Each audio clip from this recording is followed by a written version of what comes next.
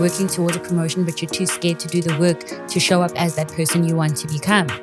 In a relationship, you want to go in a specific direction and you're in a relationship that's taking you in a different direction. We're settling in a lot of different areas. Even in our friendships, we're doing the bare minimum and then we're victims. Self-care is setting boundaries and having open and healthy communication with people about what you can and cannot do. Listen, how you doing, man? I'm blessed. How are you? Oh, guys, I am happy. I am happy. Togo finally came. Listen, you called. I answered. In fact, we must correct it. It's not Togo, guys. It is. Yeah. But we're on a first name basis. No, ma'am. It is Doctor. Please, guys, you must come correct. You must come correct. This person is Leonard.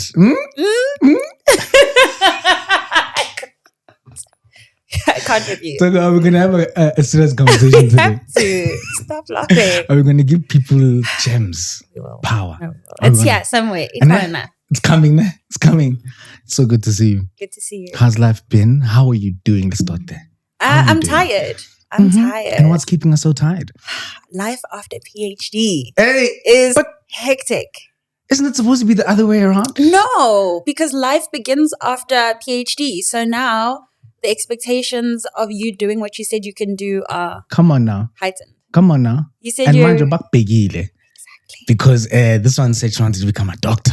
Listen, and now the PhD journey is done. And now, so what are some of the stuff that you're up to these days? So working, my day job, I'm working as a lecturer. Love it. At the biggest open distance e-learning university in Africa. Come on, the University of South Africa. Come with it. Hey, we in trouble, guys. I'm truly living my passion. Podcast, we in trouble. I want to know. But it's not, it's not easy. I know I love my job, but hey, as I said, life after PhD, I have to publish. So now you have to. Oh, yeah. So in your thesis for your doctorate, you give recommendations based. Okay. And before we get there, so what did we do the thesis on? So first of all, actually, this is your show. So you did a PhD. I wanted to tell us a little about the PhD journey, but maybe before we even get into that, what was the focus in the PhD? So my PhD thesis was about mentorship and induction for novice teachers in the foundation phase. And I was trying to investigate and explore whether we have sufficient continuous professional development for new teachers coming into the foundation phase or not. And do we? No, we do not. What were your findings? My findings were that we do not have formal and generalized or one-size-fit-all model to our mentorship and induction for new teachers who are coming into our industry. Okay. So we need a standardized mentorship and induction program that speaks to all first-year teachers, so to speak. To give you an example, how doctors have a year of residency before they start practicing? 100%. Everybody in 100%. Accounting, goes through economics, sort of that learning development yes, you journey. have a year of a graduate program of sorts. We don't have that in education for teachers. And how do we not have it in the thing that's supposed to educate the very people that are supposed to be the next leaders, whatever the case of Exactly. So that's what my thesis is about. My main recommendation is that I need to create a mentorship and induction program that will form as a first year basis, kind of like a how-to guide for teachers when they come into the industry. I love it. What are some of the biggest challenges in the PhD journey? What are some of the things that you think you learned, and how did you overcome some of those challenges? The biggest challenge I had on my journey was my mental health. It's a very lonely journey. You and your supervisor are the only two people who understand what you're doing and how to get you to the finish line. How long is the journey? For me, it took me 4 years. Sure. And that's because of COVID. I was supposed to graduate a year before, but because of COVID, everything was obviously locked down for a year. So that took everybody back a year. Yeah. So it took me 4 years. So that's 4 years of a long, lonely journey. Yeah. And a lot of things are happening. Life is happening sure. while you're studying. But life is happening all the time. That's the thing. we're busy, we're working, we're doing whatever we're doing, pursuing all these aspirations, goals, but life is happening. It doesn't stop. No, it doesn't. You're probably one of the most vulnerable people that I have met, I must say. Really? No, like literally. And I told you though that you're very vulnerable. And I like that. I think for me, like I think there's a fine line between being vulnerable and then bleeding out on people. I don't know if you get I get what you're saying, but being vulnerable with people who care about you, who genuinely want to see you doing well and being at your best health is not bleeding out on them. There are mechanisms that you can put in place to make sure that you're not bleeding out on people. For instance, to give you a simple example, before we have a conversation about how you really feel, you can ask me, Togo, do you have capacity at the moment to take in what I want to tell you? Oh, please repeat that. What? And it's really that simple. These are the skills that I think we take for granted. We don't communicate enough. Over communicate. Ask me, friend, do you have capacity to take in what I'm going through at the moment before I tell you? And if I have the capacity, I'm like, Sfiso, let's go. What's wrong? Talk to me. And if I don't, I'll be like, listen, I don't have capacity. But when I do, I'll revert. I think that's so important because, so let's try out this vulnerability thing, right? Oh, this is my day. You know what? Getting Sfiso to this point is so great for me. Not Togo doing this, guys. Not Togo doing this. Let's try it out for 2 seconds. But if not me, who? Right?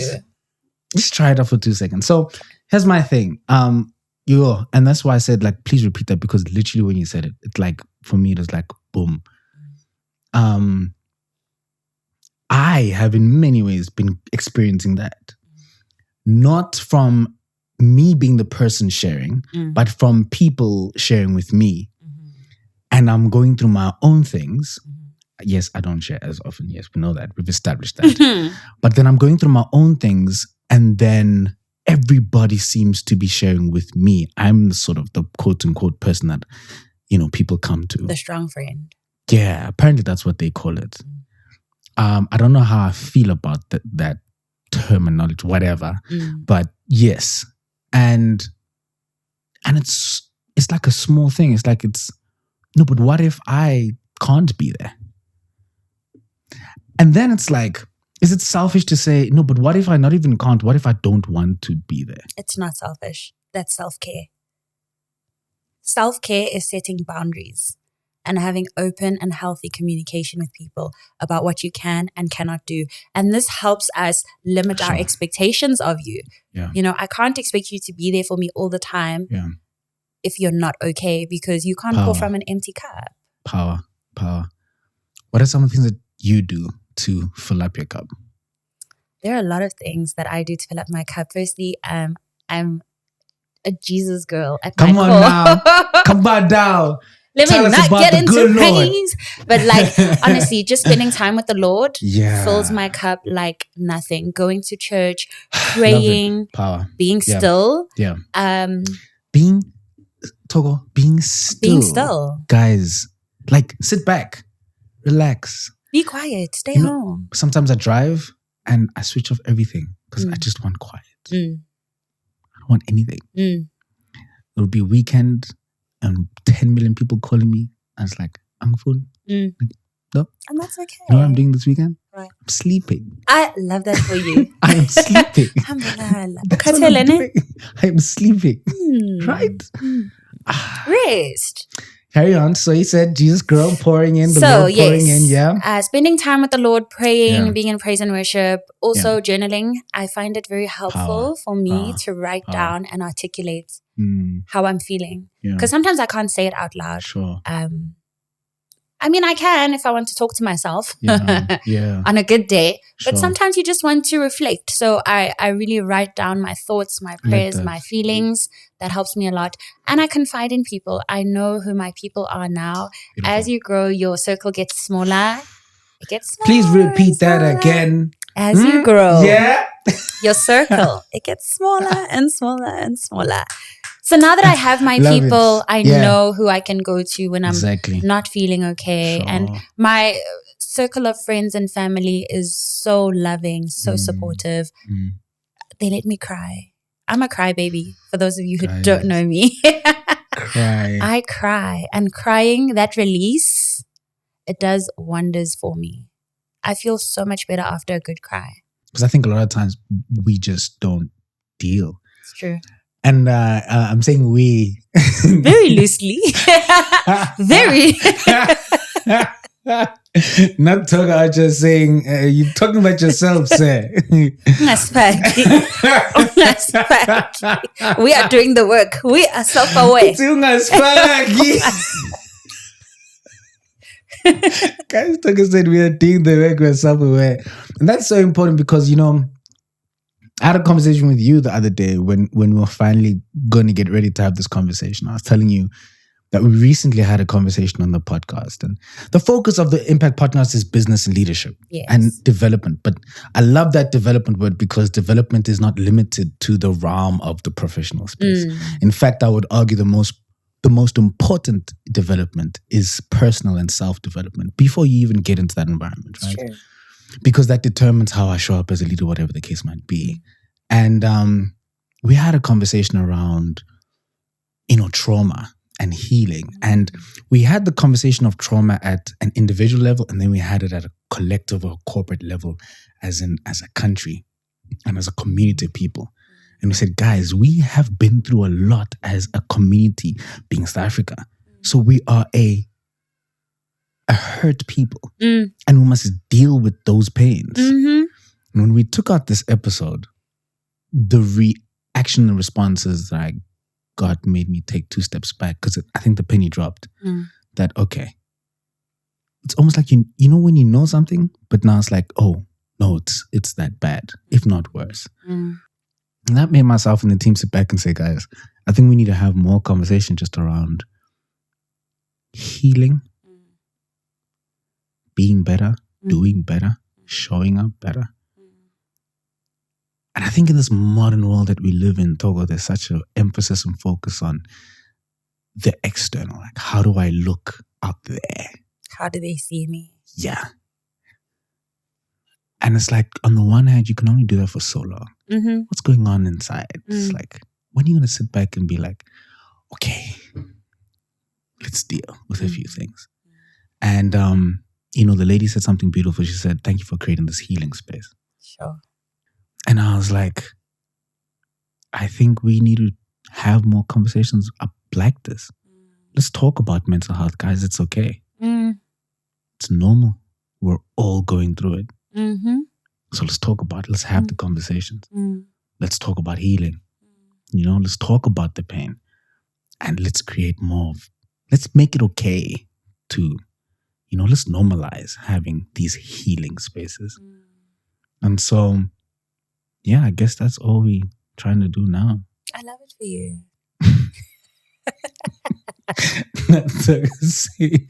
Guys, we tried to be serious and talk for 2 seconds. Lasted for 2 seconds, Togo. And that was a serious moment. I mean, I was in the moment with you. We were serious. Man. But I really do love that you're creating the space where more people will get to experience the vulnerability of being themselves. I think we live in a social media age where we're trying so hard to fit in with the haves, the doers, the movers, the shakers, and we're losing sight of our essence. Who are you in the grand scheme of things? We can't all be aspiring to be one type of person. We can't all be aspiring to have one specific thing. Sure. We're different. God made us unique. Why aren't we living in that uniqueness every single day and showing up as whoever we want to be when we want to be it, within the boundaries of, you know, what is important and what is acceptable in society, but being true to who we are and what we actually want. I think a lot of the time we're faking it till we make it, and we're not being authentic to what we really want. We're not showing up in our jobs as who we want to be. You know, you're working towards a promotion, but you're too scared to do the work to show up as that person you want to become. In a relationship, you want to go in a specific direction and you're in a relationship that's taking you in a different direction. We're settling in a lot of different areas, even in our friendships. We're doing the bare minimum And then we're victims. Sfiso's not treating me right. Sfiso's not reaching out. Sfiso doesn't want to hang out. But why? Are you showing up as your authentic, genuine self? For the most part. Yeah. Being human, Yeah. I'm obviously not perfect. Yeah. But for as much as I can control, Sure. I'm definitely showing up as the person I want to be, and I'm doing the things that are true to me. I love that. And how do you, because you have a bit of a public, what do we call it? Following persona.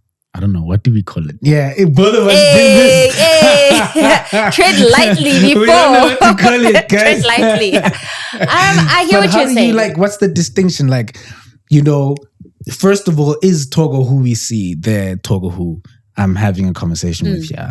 And then for you, what is that distinction? Because I think it comes back to, right, what we're saying, right? A lot of us, we're living in sort of the social media time, day and age. And it's normal, guys. It's the cards we've been dealt. Yeah. As the current generation. So for me, then the question becomes, how do we then navigate that space, right? So how do you navigate it? I'm honestly being true to myself. Anyone who meets me in real life recognizes me. Sure. And that already tells me a lot about how I'm showing up online. I'm showing up as the person that I am, good, bad, everything. Yeah. And I also try to be vulnerable on my social media as well. If I'm not having a good day. You do, I won't lie. And guys, have you heard Togo's podcast? Wow. I thought you were going to drag me about the stories. Oh, yeah. Have you seen Togo's stories? Not you bringing it up. Wow. Me, guys, I celebrate if I ever finish Togo's 1,000,001 stories, because Zinini. Yeah. But that's my brand. Oh, is that your brand? I share memes. I have to make you guys that's laugh. my brand, yo. That's all I do on Instagram. I am reposting. Okay, let me be specific. You know what? Let me tell you the logic behind my stories. Please educate me right now. I am very intentional about reposting things that I feel we're not seeing enough of on social media. What's the common thread or the theme? Common thread is there are things that we celebrate as per usual, like baby showers, weddings, engagements. I'm putting a spin in the works. Okay. I'm reposting the single mom. I'm reposting the student. I'm reposting the single dad as well. I'm reposting the families that aren't our conventional families, because we all aspire to be in, the mom, dad, white picket fence with the dog. But some of us don't have that. And what's your message? What are you trying to achieve with that? Diversity matters and representation is important. I want people to feel like they belong. When you come to my page, I don't want you to feel like I'm an island outside of reality. I'm portraying Black love, Black excellence, anything that has to do with being yourself in whatever version you are. That is what my page seeks to do. And it's not just about me. I know a lot of people expect to see that in my stories, but it's not the case. I'm really just about celebrating everybody in anything that they're doing well, that they have posted, and making sure that more people can see it, so that somebody who's out there thinking that they can't do it sees a tangible representation of someone who has. And you're very vulnerable with doing that. For somebody who's not necessarily vulnerable, what would you say to them? How can we exercise this thing? How can we try be more vulnerable? And not only in social spaces, but I also want to link this now back to sort of the commercial environment, the business environment, the professional environment. What advice would you give to people, specifically in those types of environments, when it comes to this vulnerability conversation? I'll tell you why I ask, right? Because we say, you spoke about self-awareness, and it's critical. It's from a leadership perspective, it's so important for you to be self-aware. And we're seeing more and more research now. There was this huge focus for years on IQ. And then we've seen now EQ become a really important conversation, because what's your emotional intelligence like? And are you empathetic with your people? Are you connecting with you? Are you showing a level of being able to resonate with people? There's something that I love, Togo. John Maxwell, he says, people don't connect with your success. They connect with your struggles. Come on. And then we are out here on social media only showing the highlight reel, the success. Guys, if I had to tell you the things some of us went through or are going through or go through, right? But we don't show you the struggles. It's true. We show you the success. And yet people don't resonate. Especially in those, like from a leadership perspective, your people, they're going to resonate with your pain. They're going to relate with the struggles because they're going through precisely the same thing. It's true. Right? And so that's why I asked the question. In those type of environments, from a leadership perspective, it becomes imperative to be able to, be vulnerable. How would you what advice would you give people in that type of a setting to just navigate the vulnerability conversation? Be able to read the room. Every great leader needs to know what everybody who is under their leadership is going through. Sure. And not in a way where you're prying, but in a way where you're self-aware enough to pick up that Usifiso is not okay. Yeah. So, and that's a high level of EQ. Yeah. To be able to come into a space as a leader and know all 10 people that work under you and know where they are emotionally and if they have capacity to deliver at the level you want them to at a time that you need them to. Power. Yeah. And, this is not to say that we welcome or we're okay with the mediocrity conversation, but it's to say that we understand, guys, that we're all human. Yeah. And we go through not only stuff, but we go through seasons. It's true. And I think it's incumbent upon the leader and leaders to be able to, like you said, know your team, know your people. And if you can see that, no, man, something's off, then guys, have grace. It's okay. Because there was a time when somebody had grace with you when you were also slacking on the job because you were going through stuff, right? Not like we're human, like you said. We are. From the perspective of the educator in the classroom, we just see the educator, but they're humans before. It's like, we also have to give the leaders grace. I feel like we're in a space where we don't understand that a lot of our leaders are in leadership for the first time and they don't know how to steward that gift without our support. Leaders cannot be great without us supporting them and giving them what they need in order for them to show up and be present and be self-aware. So as the people working underneath the leaders, we need to then support them and show up for them as well so that they understand that grace is a two-way street. We can't expect it if we're not receiving it. Oof. Yeah, I felt that one. Yeah. I mean, I was in a workshop a few weeks ago and one of the teachers gave me an analogy about how she analyzes a leader by having conversation. She'll ask them one simple question. Tell me about it. In your family, where do you rank? Are you the firstborn child, the middle child, or the lastborn? And that answers all the questions. And that gives her an understanding of what type of leader you're going to be.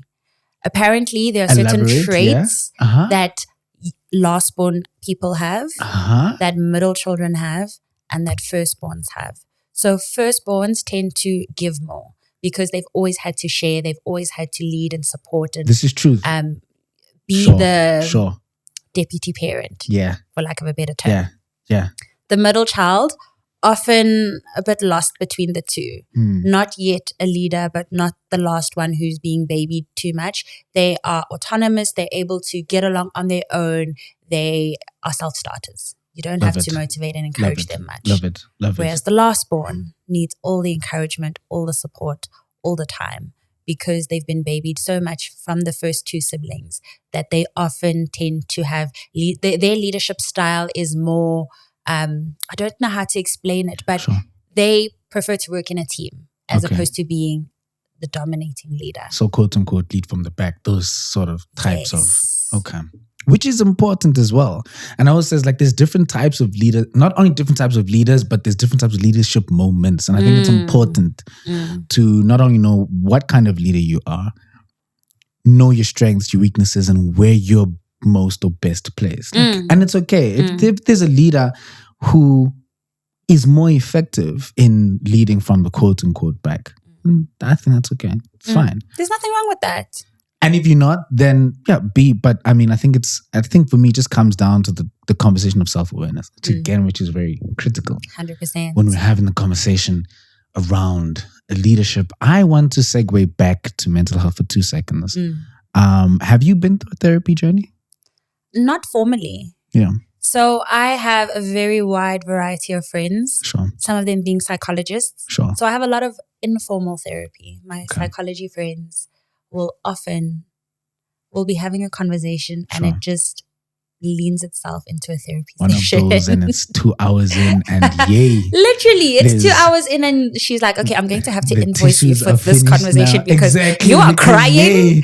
And you've said a lot. You really, and we have such a great relationship. We unpack important issues that are happening as they're happening. Like that. So I haven't had the formal sit on my couch, let's have the therapy session, solely because it's so hard to find a good psychologist who is not my friend. Wow. So a lot of the good psychologists that I do know are my friends, and they obviously can't see me formally. Okay. When they refer me, it's just such a mission for me to find someone who's available when I'm available and in my area. Okay. So it's a lot of moving parts to find the right person who's the right fit for me at a time that's convenient for me. And to be honest, I don't think I've been ready. There it is.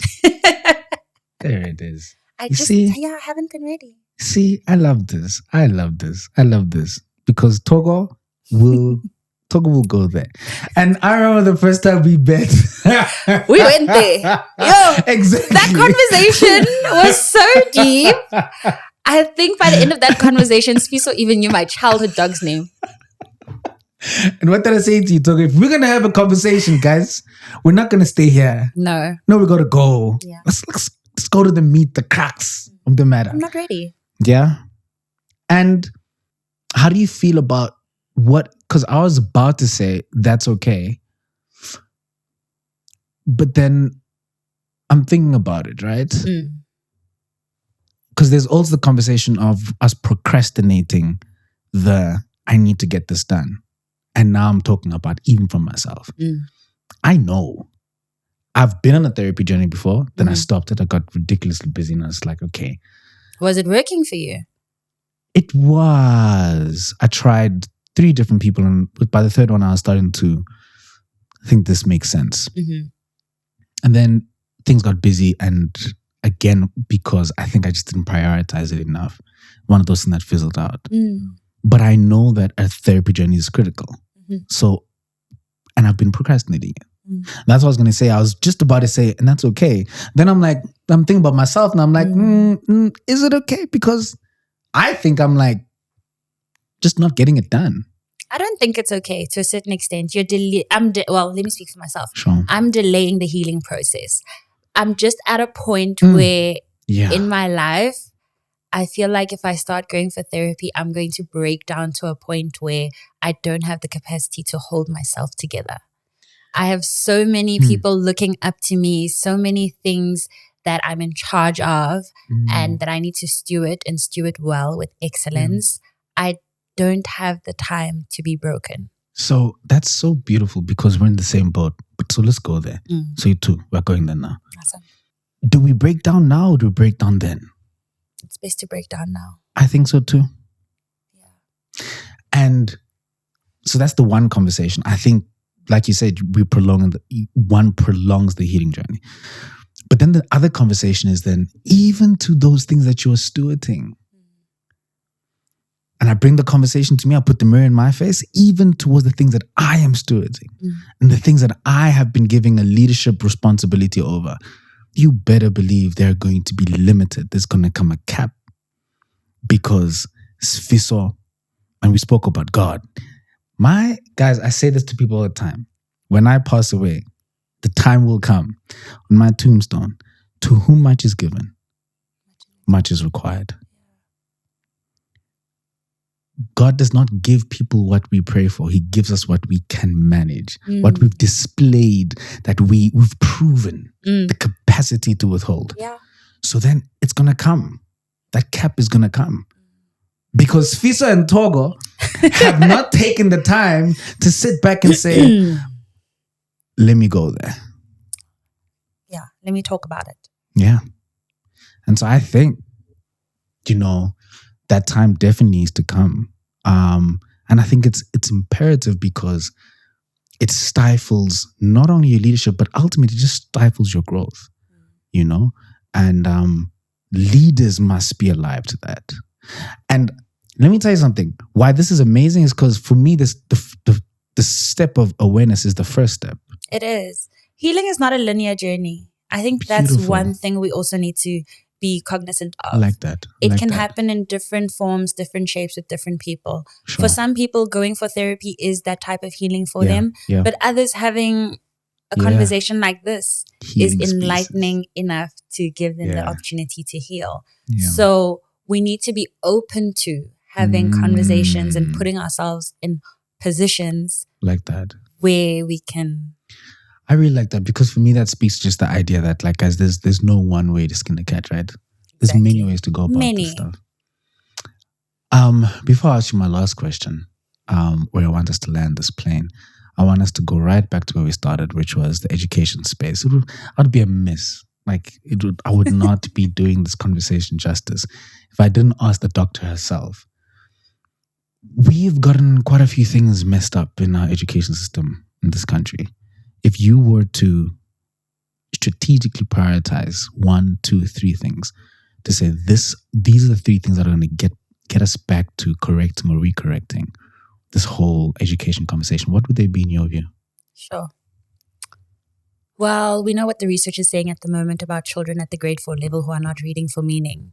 So my first priority would be to upskill and reskill teachers, especially in the foundation phase, on how to teach reading properly. Love it. Love it. And to give them the resources that they need that will empower and equip them. Key. Love it. And resources come in many different shapes and forms. Could be mentoring, could be coaching, could be books. Whatever they need, we have to supply on time. Love it.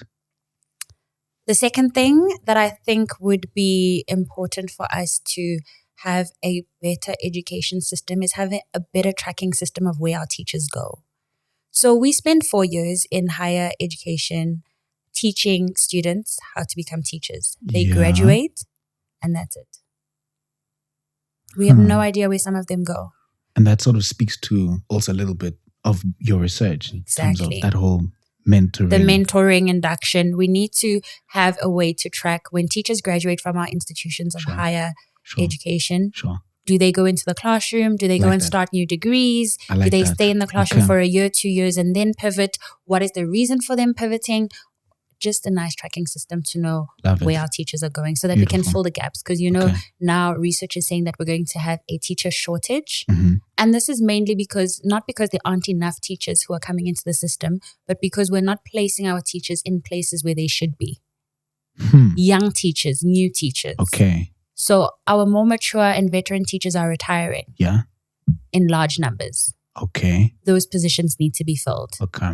I'm with you. A lot of us don't want to fill those positions because it's often in schools in the rural area, in the township area, and we are all trying to be in the urban urbanization. Exactly. Okay. Former Model C schools, private schools. Got it. We're fighting for a seat at the table. Yes. Got it. Love it. As opposed to going back and plowing. Okay, so this goes to my third point. Going back into the communities that actually need us.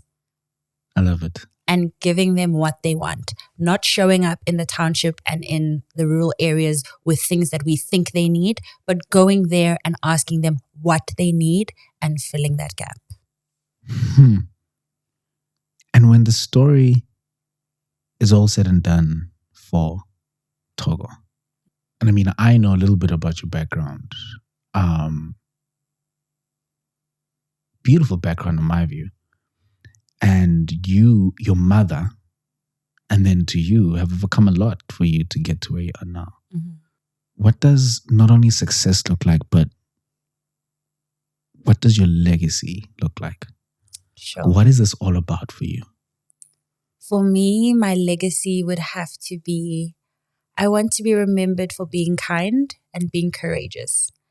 And this is threefold because I want to be kind, I want to be courageous, and I want to have impact in places where people don't go. Oh.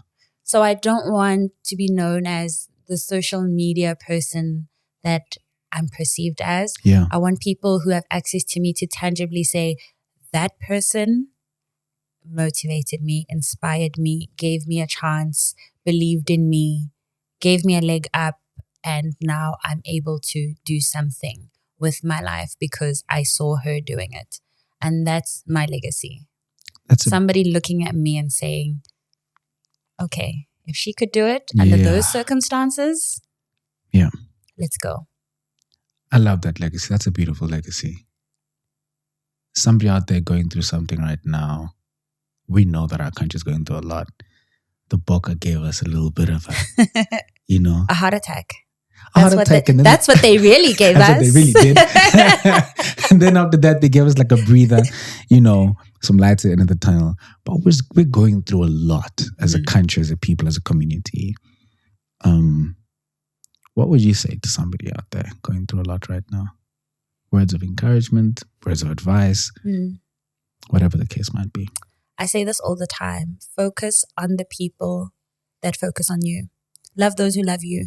I think we're spending too much time trying to impress people who don't like us and people who don't know us. And we're neglecting the people who are right here.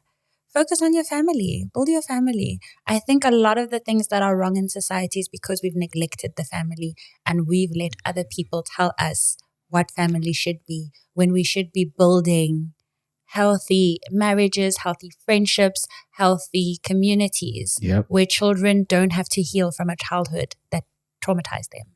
Power. What more can we say? Enough said. I won't add.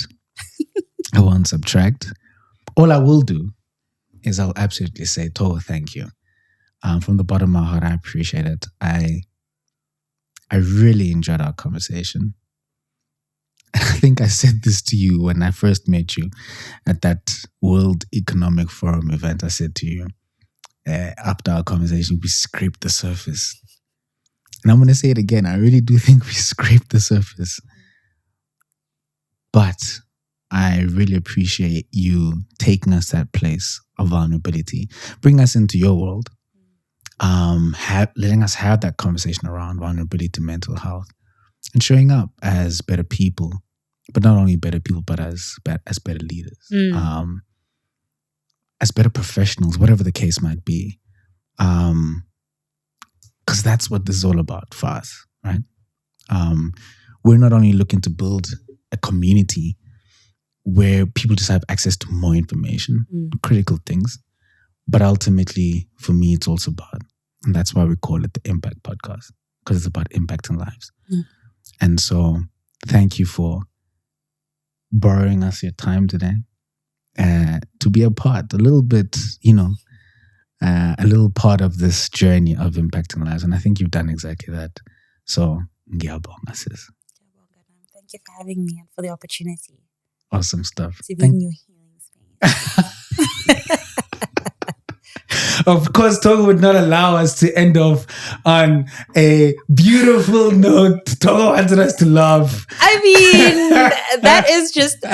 Guys, that is my whole personality, honestly. Man. If I can't make you laugh, I have not lived and I have not done my job for the day. So, yeah. Thank you so much, Togo. You're welcome. Thank you for having me. Take care. Blessings, prosperity. Take care of yourself.